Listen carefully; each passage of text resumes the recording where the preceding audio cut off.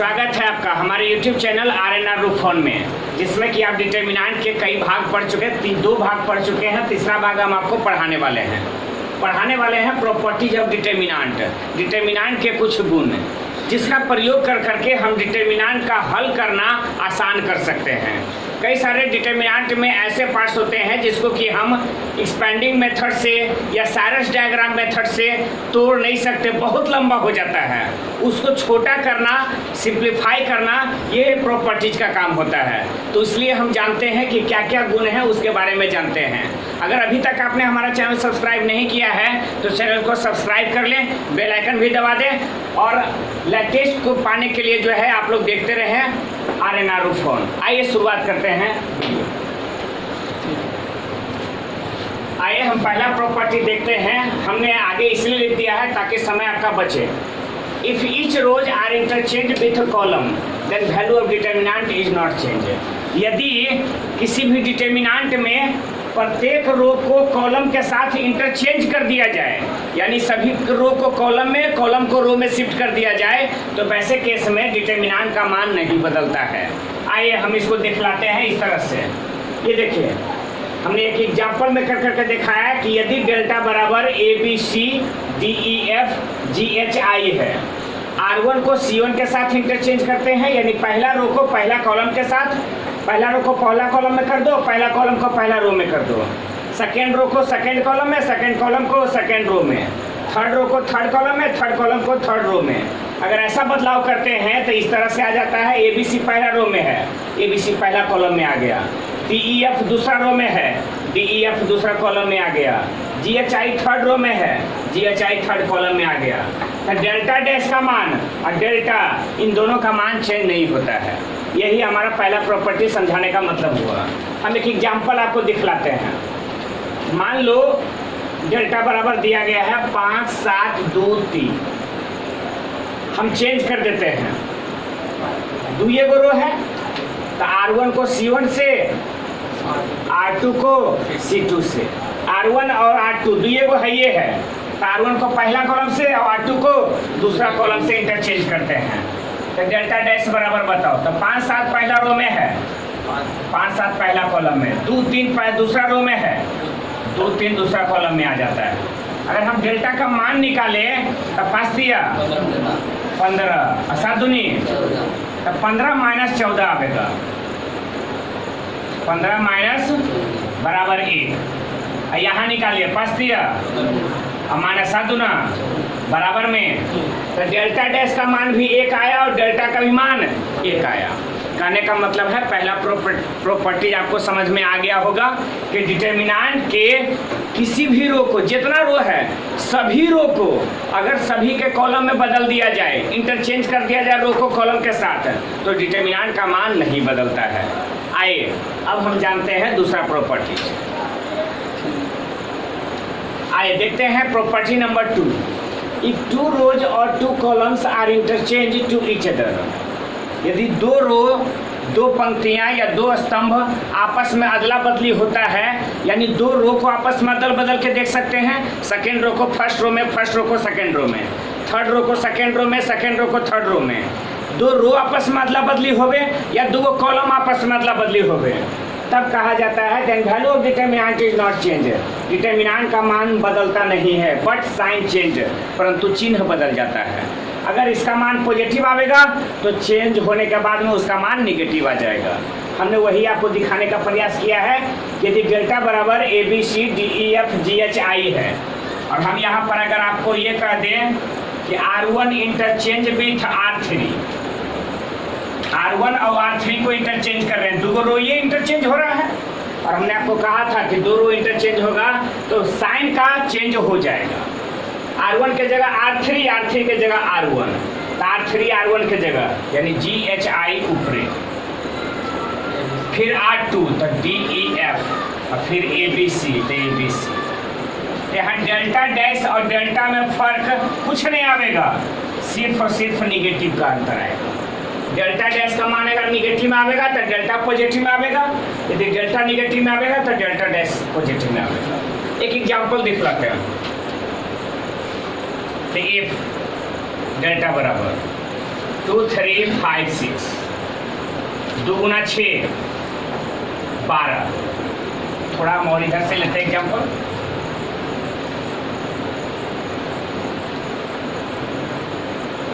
To 3 5 6, 2 Guna 6 12 minus 15 बराबर आ गया -3।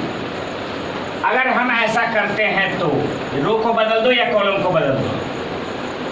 Column 1 column 2 ये वो कॉलम है, ये आपस में इंटरचेंज कर देते हैं, हो जाएगा डेल्टा डैश। 3 6 जो दूसरा कॉलम में है वो पहला कॉलम में आ जाएगा 3 6, और जो पहला कॉलम में है वो दूसरा कॉलम में 2 5। तो 3 गुने 5 15 माइनस 6 दूना तो 15 माइनस 12 बराबर 3।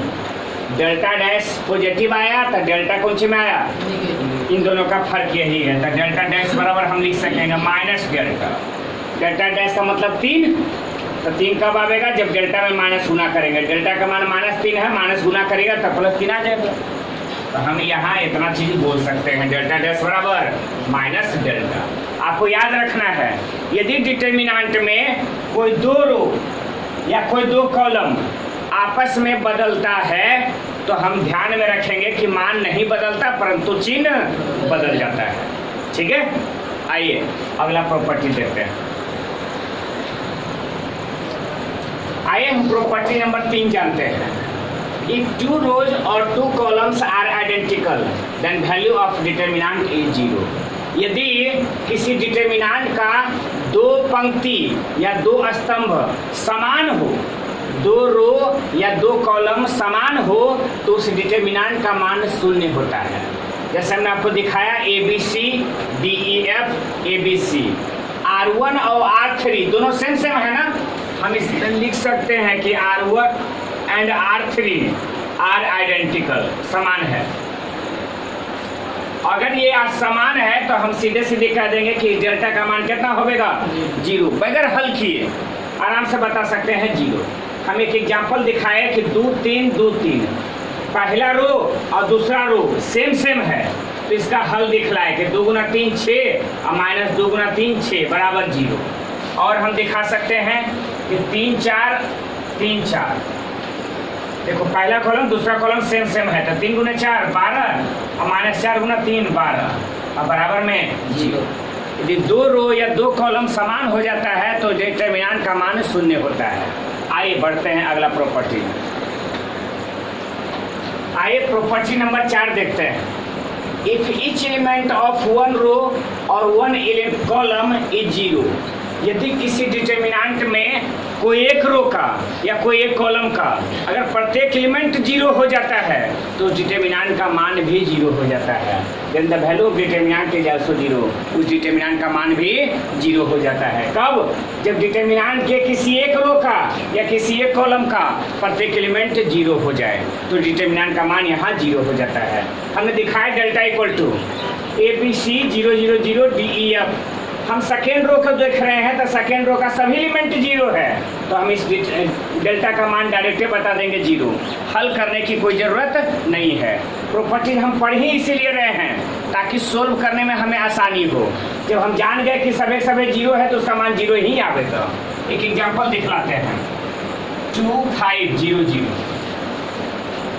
सेकेंड रो 0 0 है, हल करो तो 2 × 0 माइनस 5 × 0 बराबर आपको क्या मिला, 0। इस तरह से किसी भी तरीके से लोगे तो आपको 0 ही मिलेगा। 2 5 0 0, या फिर कुछ और ले सकते हो -4 3, तो -4 गुणे 0 0 और माइनस में 0 बराबर फिर से 0। इस प्रकार से हम इतना जरूर जान लेंगे और याद रखना है कि डिटर्मिनेंट में कोई एक रो या कोई एक कॉलम का अगर प्रत्येक एलिमेंट 0 है तो उस डिटर्मिनेंट का मान भी 0 होगा। आइए बढ़ते हैं अगले। आइए प्रॉपर्टी नंबर 5 देखते हैं। हमने कहा कि इफ 2 रोज और 2 columns are proportional then value of determinant is 0। यदि डिटर्मिनेंट का 2 रो 2 पंक्तियां या 2 स्तंभ अगर प्रोपोर्शनल हो, समानुपाती हो तो उस डिटर्मिनेंट का मान 0 हो जाता है। जरा ध्यान दें, हमने आपको एक डायरेक्ट्रिस कर करके समझाया इस प्रकार से KA KB KC first row, ABC second row, अगर हम ध्यान से देखें तो ये प्रोपोर्शनल है। के ए, के बी, के सी, के ए बटा ए, तो ए से कैंसिल, खाली के बचा। के बी बटा बी से बी कैंसिल, खाली के बचा। के सी बटा सी से सी कैंसिल, खाली के बचा। तो ये R1 और R2 प्रोपोर्शनल है, और प्रोपोर्शनल है इसलिए इसका मान कितना होगा? 0। हम एक एग्जाम्पल और दिखाते हैं। यहाँ है 2, इधर है 3, 2 तिया 6 और 3 तिया 9। ध्यान दो, 2 तिया और 3 तिया, ये प्रोपोर्शनल है, समानुपाती है। और समानुपाती है तो इसका हल करके देखो। 2 गुने 9 18 और 6 तिया 18, 18 माइनस 18। और भी हम कुछ ले सकते हैं कि 3 है इधर, 4 है, और 3 का इधर प्रोपोर्शनल यहाँ ले लेते हैं 27। 3 नमा 27 और 4 नमा 36। ध्यान से देखो, प्रोपोर्शनल है। 3 नमा 27 और 4 नमा 36, प्रोपोर्शनल है ना, समानुपाती है। तो हम लोग गुना करते हैं, तो 36 गुना 3 108 और 27 गुने 4 108। हल होकर करके 0 ही आता है। आपको याद रखना है कि अगर 2 रो या 2 कॉलम समानुपाती रहेगा तो डिटरमिनेंट का मान कितना होगा? 0। अगला प्रॉपर्टी फिर देखते हैं। आइए शुरू करते हैं 6ठा number property. If any constant is multiplied in 1 row और 1 column, then value of determinant is also multiplied by that constant. अगर हम किसी डिटरमिनेंट में किसी एक रो में या किसी एक कॉलम में किसी कांस्टेंट से गुना कर देते हैं, याद रखें नॉन जीरो कांस्टेंट रहना चाहिए, जीरो नहीं गुना करना है। नॉन जीरो कांस्टेंट से गुना कर देते हैं तो वह डिटरमिनेंट भी उस कांस्टेंट के द्वारा गुना हो जाता है, यानी डिटरमिनेंट का मान भी उस कांस्टेंट के द्वारा गुना हो जाता है। आपको दिखलाते हैं इसी का हम थोड़ा प्रैक्टिकल। डेल्टा बराबर ABCDEFGHI, डेल्टा कोई डिटरमिनेंट दिया गया है। R1 में हमने K से मल्टीप्लाई कर दिया, R1 में K से मल्टीप्लाई कर दोगे तो KA KB KC हो जाएगा, हमने मल्टीप्लाई कर दिया। तो कहता जो डेल्टा डैश का मान आवेगा वो डेल्टा से K गुना आवेगा। तो K ही से मल्टीप्लाई किए थे। हमने कहा था कि जिस कांस्टेंट से आप किसी रो को या किसी कॉलम को मल्टीप्लाई करते हैं उतना गुना हो जाता है ये डिटरमिनेंट। एक एग्जांपल दिखलाते हैं आपको इसी के लिए। 2 4 3 7, 7 दूना 14 और माइनस 4 दिया बराबर 2। अगर हम ऐसा करें कि मान लो कॉलम 2 में 3 से हम गुना कर देते हैं, अगर कॉलम 2 में हम 3 से गुना कर देते हैं तो डिटरमिनेंट का भी मान 3 से गुना हो जाएगा, यानी अभी 2 आ रहा है, आंसर हो जाएगा 6। तो डेल्टा डैश कर 2 3, फर्स्ट कॉलम में 10 के 10, सेकेंड कॉलम में 3 से गुना कर दिए तो 4 तिया और 7 तिया 21, 21 गुने 2 42 और माइनस 36 बराबर कितना 6। हमने ये कहा कि डेल्टा डैश भी डेल्टा के 3 गुना के बराबर हो गया, तो 3 गुने डेल्टा का मान 2, तो 3 गुने 2 6 आ जाएगा। तो परेशानी हम आपको याद रखिए, आपको ध्यान में रखना होगा कि अगर किसी डिटरमिनेंट में किसी एक रो में या किसी एक कॉलम में अगर किसी कांस्टेंट से गुना किया जाता है तो डिटरमिनेंट का मान भी उस कांस्टेंट से गुना हो जाता है। अगर हम चाहें तो ऐसे लिख सकते हैं डेल्टा डैश बराबर कि हम बाहर निकाल लें और बाकी डेल्टा लिख दें, है ना। ये ना किया गया है, देखो के बाहर निकाल लिया गया तो के बाहर निकल गया, बाकी बचा ABCDEFGHI, इतना का बदले में कुछ लिख दिए डेल्टा। आइए हम इस पर कुछ और बात बताते हैं नोट में करके। आइए नोट में हम आपको समझाते हैं। पहला नोट इस तरह से है कि KA KB KC। अब जरा ध्यान दो, तो इस डिटरमिनेंट में DEFGHI इस तरह से दिया गया है, तो K जो है मल्टीप्लाई किया गया है R1 में। आपको हम समझाए थे कि किसी रो में अगर कोई कांस्टेंट गुना होता है ना जी, तो उस कांस्टेंट को बाहर निकाल देते हैं और पूरा डिटरमिनेंट जो है उस कांस्टेंट से गुना हो जाता है। यानी हम ऐसे भी कर सकते हैं कि एक रो से अगर कोई ऐसा चीज, कोई ऐसा एलिमेंट है जो तीनों एलिमेंटों में गुना है, उसको हम वापस कॉमन ले सकते हैं। तो हमने के तीनों में गुना था तो के कॉमन ले लिए।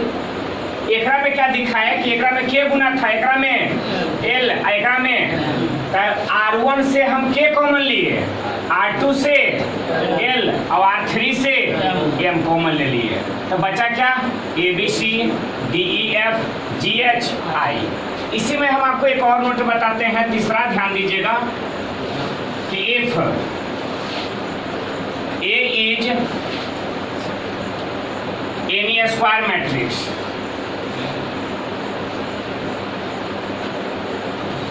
any n order square matrix,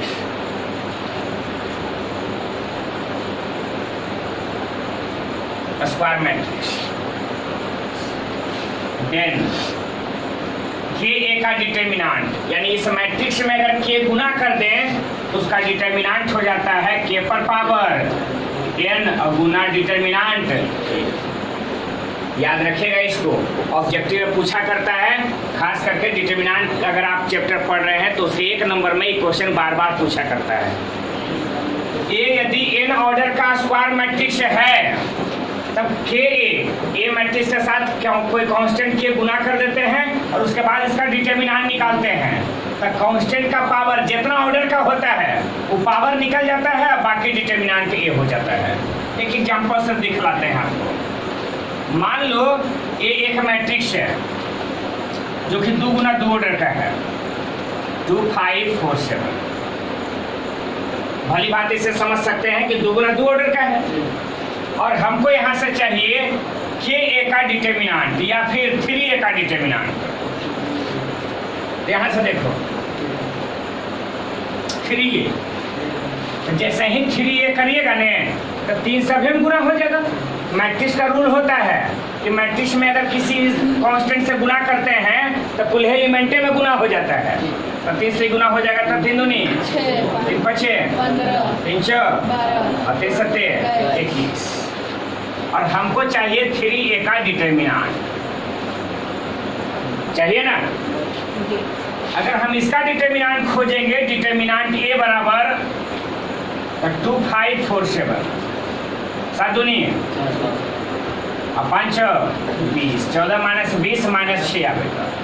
लेकिन 3a का डिटर्मिनांट खोज रहे हैं, तो 21 गुने 6 126 और 12 गुने 15 180, 126 और माइनस में 180 हो जाएगा, माइनस में 54। तो 3a का डिटर्मिनांट बराबर हम सीधा सीधा लिख सकते हैं कितना? तो 9 गुने माइनस 6, 9 गुने माइनस 6 माइनस 54, और माइनस 6 के बदले में लिख सकते हैं डिटर्मिनांट a। थोड़ा सा यहाँ बगल में कर लेते हैं 3a का डिटर्मिनांट, तो 9 का मतलब 3 के स्क्वायर और गुना में डिटर्मिनांट a। हम आपको यही तो समझाना चाह रहे थे कि k का डिटर्मिनांट, तो k जो कांस्टेंट था उसके ऊपर पावर n आया क्योंकि वो n ऑर्डर का था, और यहाँ हमने 3 गुना किया है, और 3 गुना किया है 2 गुना 2 ऑर्डर का है, तो 3 का पावर कितना देगा? अगली बार से याद रखिएगा, ऑब्जेक्टिव में ऐसा क्वेश्चन देवे तो आप बनाना। आइए देखते हैं उसको,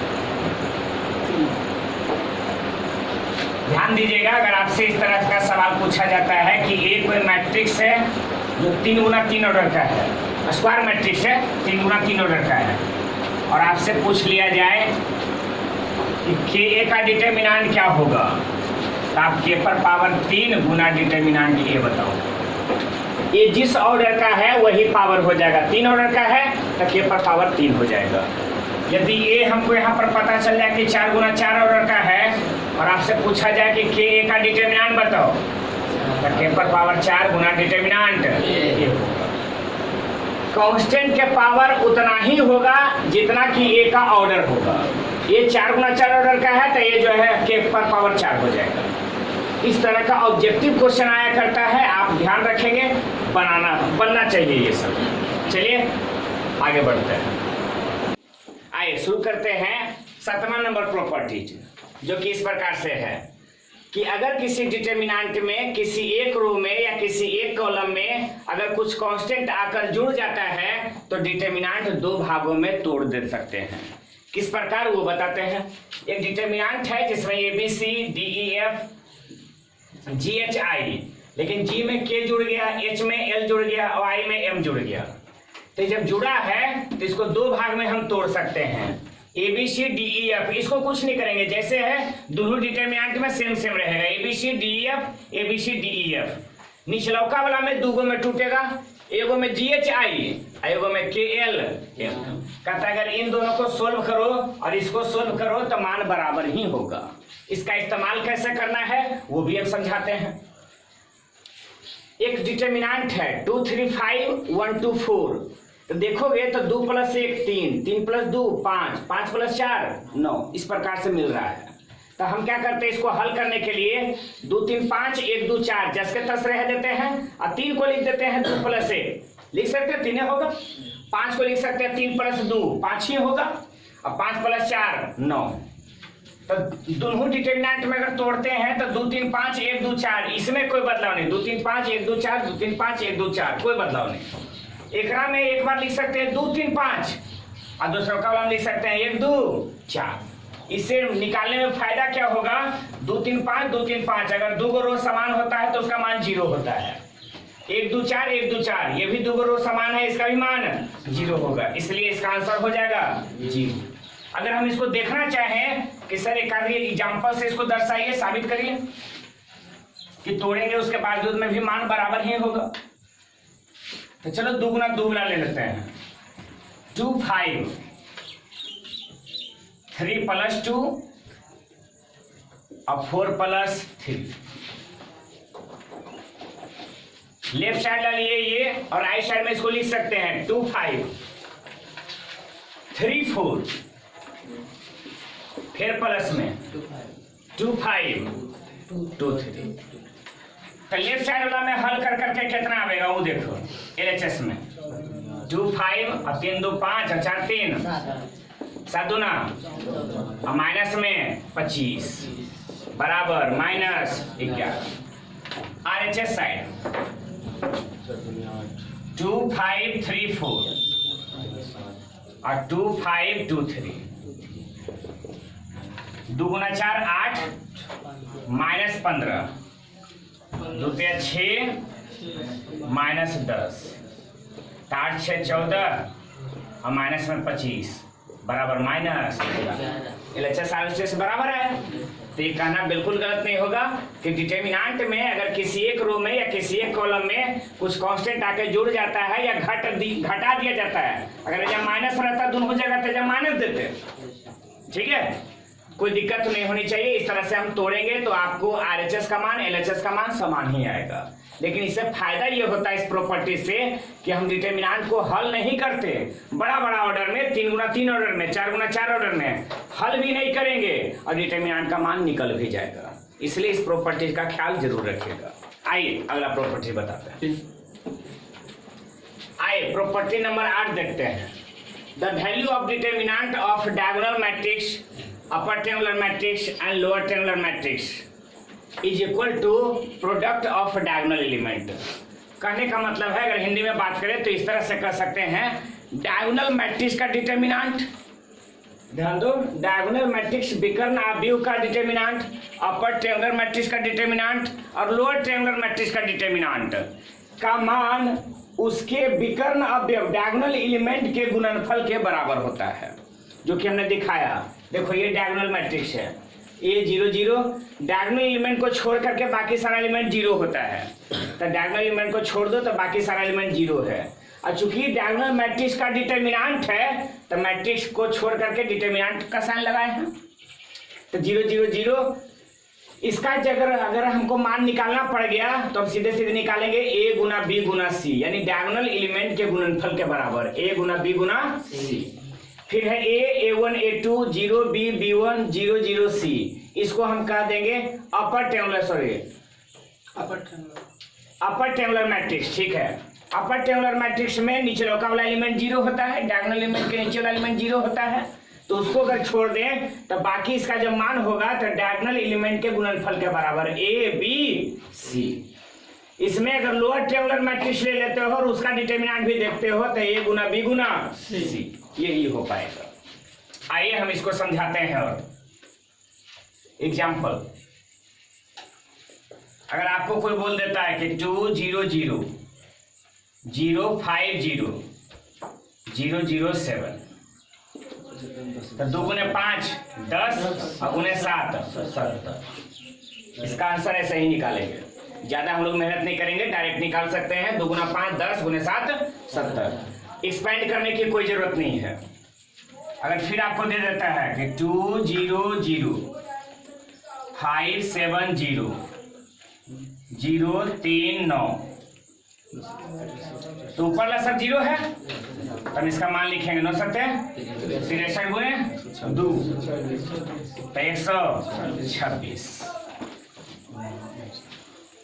300 354 069 002। तो 6 दूनी 12 36। हम 3 प्रकार के डिटर्मिनेंट अगर इस तरह का देता है तो हम इत्मीनान से इसका मान बता सकते हैं और काफी आसान भी होगा। सिर्फ डायगोनल एलिमेंट को गुना कर देना है। क्लियर? आइए अगला प्रॉपर्टी बताते हैं। आइए अब जितना बचा हुआ प्रॉपर्टी है छोटा छोटा है, हम छोटे छोटे सबको एक बार बता देते हैं। 9वां प्रॉपर्टीज है कि ए गुना बी मैट्रिक्स का अगर डिटर्मिनेंट निकालना है तो हम ए मैट्रिक्स और बी मैट्रिक्स को गुना कर करके उसका डिटर्मिनेंट नहीं निकालेंगे। हम क्या करेंगे, ए मैट्रिक्स का भी डिटर्मिनेंट निकालेंगे और बी मैट्रिक्स का भी डिटर्मिनेंट निकालेंगे और दोनों का डिटर्मिनेंट निकाल के गुना कर देंगे तो बराबर वही आएगा।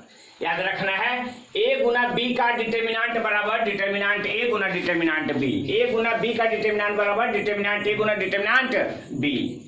अगर हम ए ट्रांसपोज का डिटर्मिनेंट निकालें या ए का डिटर्मिनेंट निकालें बराबर ही आएगा। ए मैट्रिक्स का डिटर्मिनेंट या ए ट्रांसपोज का डिटर्मिनेंट दोनों का मान बराबर ही आता है। याद करें ट्रांसपोज होता क्या है, तो प्रत्येक रो को कॉलम में चेंज कर देना ही ट्रांसपोज कहलाता है। और आपको याद होगा पहला प्रॉपर्टी में समझाए थे कि अगर सभी का सभी रो को कॉलम में चेंज कर दिया जाए तो डिटर्मिनेंट का मान नहीं बदलता है। इसलिए ए का डिटर्मिनेंट का मान और ए ट्रांसपोज का डिटर्मिनेंट दोनों का मान समान ही रहेगा।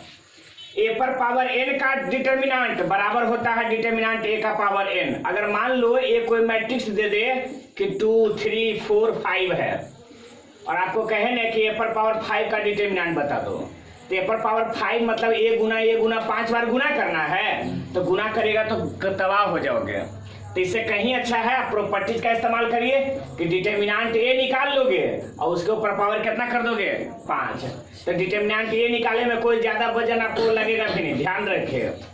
2 गुना 5 10 और 4 12, तो 10 गुने -12 -2 आ गया। इसका आंसर हो जाएगा -2 पर पावर 5 यानी -32। निकालना आसान हो गया ना, गुना हमको नहीं करना है, इस प्रॉपर्टीज का ख्याल रखिएगा। लास्ट है 12। ऑड ऑर्डर का स्क्यू सिमेट्रिक मैट्रिक्स का डिटर्मिनेंट 0 होता है। याद होगा स्क्यू सिमेट्रिक मैट्रिक्स वैसा मैट्रिक्स जिसका डायगोनल एलिमेंट 0 हो और अगल बगल सामने सामने वाला जो एलिमेंट है उसमें पॉजिटिव नेगेटिव का अंतर हो। अगर जब +2 है तो -2, इन्हें -7 है तो उन्हें +7, इन्हें -3 है तो उन्हें +3। इन दोनों में प्लस माइनस का अंतर हो सामने सामने वाला में, तो ये स्क्यू सिमेट्रिक मैट्रिक्स कहलाता है। अगर ए 3 ऑर्डर का, ध्यान दो 3 कौन सी है तो ऑड नंबर है, विषम संख्या है। अब विषम संख्या का ऑर्डर वाला स्क्यू सिमेट्रिक मैट्रिक्स का डिटर्मिनेंट 0 होता है। अगर आपसे कोई कह दे कि ए स्क्यू सिमेट्रिक मैट्रिक्स है लेकिन 5 ऑर्डर का है लेकिन कैसा है स्क्यू सिमेट्रिक मैट्रिक्स है, तो हम डिटर्मिनेंट ए बराबर कितना बता देंगे 0। अगर ए 7 ऑर्डर का है स्क्यू सिमेट्रिक मैट्रिक्स है तो हम डिटर्मिनेंट ए बराबर क्या बता देंगे। लेकिन 2 ऑर्डर का है, अगर 2 ऑर्डर का स्क्यू सिमेट्रिक मैट्रिक्स है तो उसका डिटर्मिनेंट 0 नहीं होगा, आपको ध्यान में रखना है। चलिए आगे बढ़ते हैं।